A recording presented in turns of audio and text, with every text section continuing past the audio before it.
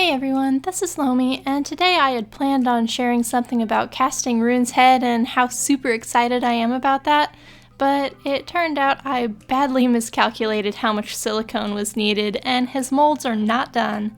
So I'll probably share that next week, and this week I decided to unwind a little by painting the special arm I bought for Pharrell some time ago.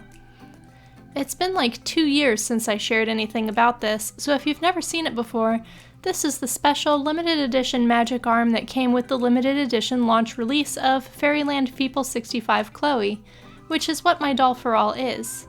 It's carved with all kinds of magical swirls and marks, and for a long time I thought I would paint these kind of a blue-green. Then I had the random idea in the middle of the night to paint the marks gold instead, and add some iridescent blue powder on top, so I'm gonna give that a go. These lines are incredibly tiny in places and really difficult to get paint into. The deeper ones will need more than one coat of paint, but I'm hopeful it'll look okay when I'm done. I'm using gold Arteza gouache for this, and painting is a very slow process. Most of this video is sped up to 10 to 15 times the actual painting speed, though I've left a couple clips here and there at normal speed so you can see how slow I'm going. This would probably be easier to paint if I could not hold the brush so close to the bristles, because that would let me get more sweeping strokes. But as we move into the colder season, the cold aggravates the shakiness of my hands, so it's really difficult for me to keep the brush steady enough to get the lines where they need to go. Sometimes the grooves are deep enough that they kind of suck the paint in, and I just have to kind of steer it, and the surface tension holds it inside the marks. But some of the more shallow ones don't, so those need extra attention. One nice thing about using the gouache is, since it's water soluble and easy to reactivate, I can use a wet paintbrush to clean up the edges when I get off track. I clean up a couple big mistakes along the way, but I'll do most of the cleanup toward the end of the project.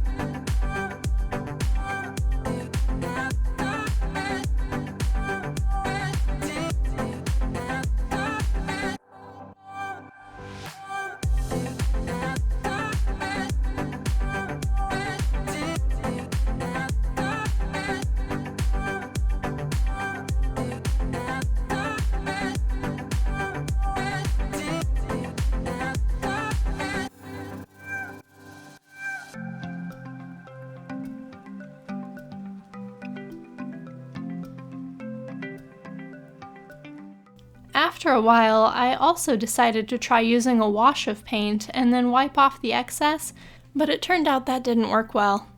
The grooves mostly weren't deep enough to hold the paint after I wiped over the top, so I ended up having to wash off the washes and then go back in and paint the hard way. In all, I think it took about 4 hours to get the gold paint where it needed to go. In my story world, magic isn't really a visible art, so this whole arm isn't really realistic for the setting I've created. But the whole thing's just for fun, so why not go all out?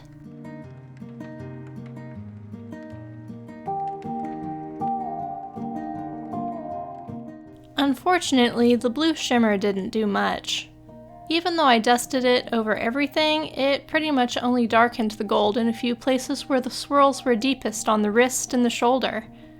But it didn't really add any iridescence or a blue overtone like what I was hoping for. Removing it would be a pain though, so I decided to just leave it. It's fine, it doesn't need to be perfect. I moved on to adding blushing to the hand, but I had to make a decision there. I knew I wanted a little contour and shading, but not anything really intense or realistic, because I don't plan on body blushing for all in the visible future. Maybe a few years from now, but not now and not soon. And I didn't want her to have one heavily blushed arm and one that was bare resin. So I opted for really subtle peachy tones on just the hand, not the wrist or the arm, which will also help mask the color difference between these hands and the hands she has on. This arm is older, so it's understandably a slightly different color. That's one of the reasons that I didn't do anything about the seam lines. Sanding them would have discolored the seams, and I didn't really feel like trying to sand the entire arm, or possibly losing some of these really delicate marks. I might give her a manicure on her regular hands to help tie the two together later on, but this will be okay for right now.